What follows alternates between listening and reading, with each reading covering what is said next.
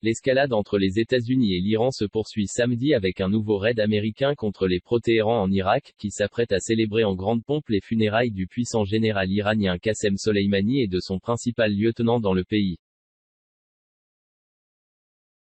Peu après que le président américain Donald Trump a assuré ne pas chercher la guerre avec l'Iran, Washington a de nouveau frappé en Irak. Il y a eu des morts et des blessés dans un raid aérien contre un convoi du HACHD Al-Shaabi, coalition de paramilitaires pro-Iran désormais intégrés à l'État irakien, au nord de Bagdad, a indiqué une source policière. Le HACHD a accusé les États-Unis qui n'ont pas jusqu'ici réagi. La veille déjà, c'est un tir de précision d'un drone américain qui avait plongé le monde entier dans l'incertitude, faisant redouter une nouvelle guerre dans le Golfe que le monde ne peut se permettre, selon l'ONU. Également au beau milieu de la nuit, le bombardement américain avait pulvérisé 2 voitures qui sortaient de l'aéroport de Bagdad. À l'intérieur, Soleimani, l'architecte de la stratégie iranienne au Moyen-Orient, et Abu Mehdi al-Mouhandi, l'homme de l'Iran à Bagdad, étaient tués sur le coup. Téhéran a promis une dure vengeance pour la mort de son général le plus populaire que tous au Moyen-Orient pensaient absolument intouchable. Qui sera mené au bon endroit et au bon moment, a ajouté l'Iran, augmentant les craintes en Irak que le pays ne serve de champ de bataille interposé à ses 2 alliés, Téhéran et Washington. Bagdad a déjà dit redouter une guerre dévastatrice sur son sol, qui devrait être samedi le terrain d'une nouvelle démonstration de force de Téhéran et de ses alliés locaux, avec des funérailles officielles et populaires des 2 hommes tués dans la nuit de jeudi à vendredi. Mardi, le cortège funéraire de 25 combattants pro-Iran tués dans des frappes américaines près de la Syrie avait dégénéré dans l'ultra-sécurisée zone verte de Bagdad. Sous les coups de barres de fer et autres béliers de fortune, la première enceinte de l'ambassade américaine à Bagdad avait cédé sous la pression de plusieurs milliers de pro-Iran en colère. Samedi, c'est dans ce quartier où siègent, outre la chancellerie américaine, les plus hautes institutions d'Irak, que l'État irakien tiendra des funérailles nationales pour Soleimani et Mouhandi, avant que les corps des 10 morts du raid américain à l'aéroport de Bagdad ne soient présentés à la foule à Bagdad puis emmenés dans les 2 villes saintes chiites du sud de l'Irak, Kerbala et Najaf, pour des dernières prières avant l'enterrement de Mouhandi et le départ du corps de Soleimani vers l'Iran.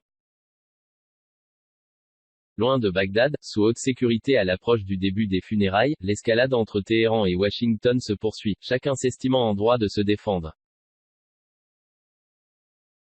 Monsieur Trump a déclaré avoir ordonné l'élimination de Soleimani pour arrêter une guerre et non pour en commencer une, affirmant qu'une attaque contre des Américains était imminente. Et aux autres terroristes qui menaceraient les intérêts de Washington, il a lancé: nous vous trouverons.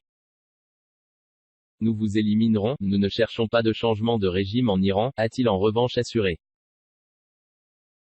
En République islamique, 3 jours de deuil ont été décrétés en mémoire de Soleimani, 62 ans, alors que vendredi déjà des dizaines de milliers de personnes avaient défilé à Téhéran au cri de mort à l'Amérique.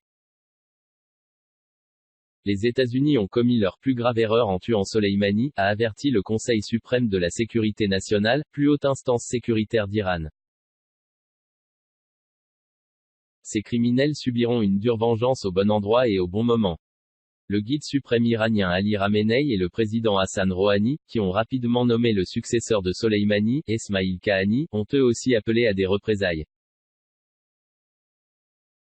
En Irak voisin, secoué depuis des années par des violences à chaque soubresaut des tensions entre l'Iran et les États-Unis aujourd'hui à leur paroxysme, les pro-Iran ont désormais la haute main. Depuis que les États-Unis ont tué Soleimani, ils ont créé un consensus rare dans un Irak déchiré depuis plus de 3 mois par une révolte populaire dénonçant notamment la mainmise de l'Iran. Parce que Washington a violé la souveraineté de l'Irak, selon les mots des plus hauts dirigeants de l'État, les commandants du HACHD ont appelé leurs combattants à se tenir prêts.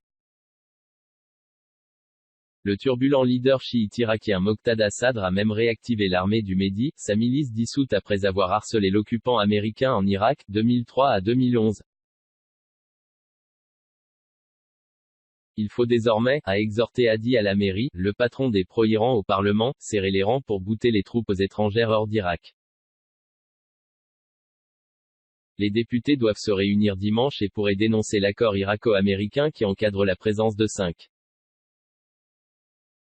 200 soldats américains sur le sol irakien, et ce, au moment même où Washington annonce déployer 3,000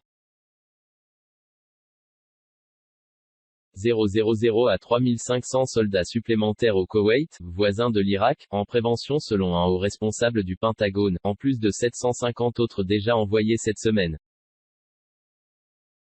L'allié libanais de Téhéran, le Hezbollah, a promis un juste châtiment aux assassins. Et au Yémen, les rebelles Houthis, soutenus par Téhéran, ont appelé à des représailles rapides. À Washington, le camp républicain de M. Trump applaudissait alors que leurs adversaires démocrates critiquaient une décision jugée irréfléchie. Le président Trump vient de jeter un bâton de dynamite dans une poudrière, et il doit au peuple américain une explication, a réagi l'ancien vice-président Joe Biden, candidat aux primaires pour la présidentielle de novembre. Vladimir Poutine et Emmanuel Macron se sont appelés, et ont dit s'inquiéter du risque de sérieusement aggraver la situation au Moyen-Orient. Pékin et Londres ont appelé à la désescalade. Côté économique, les cours du pétrole ont bondi, les marchés craignant des perturbations voire un blocage de pétroliers dans le détroit d'Ormuz.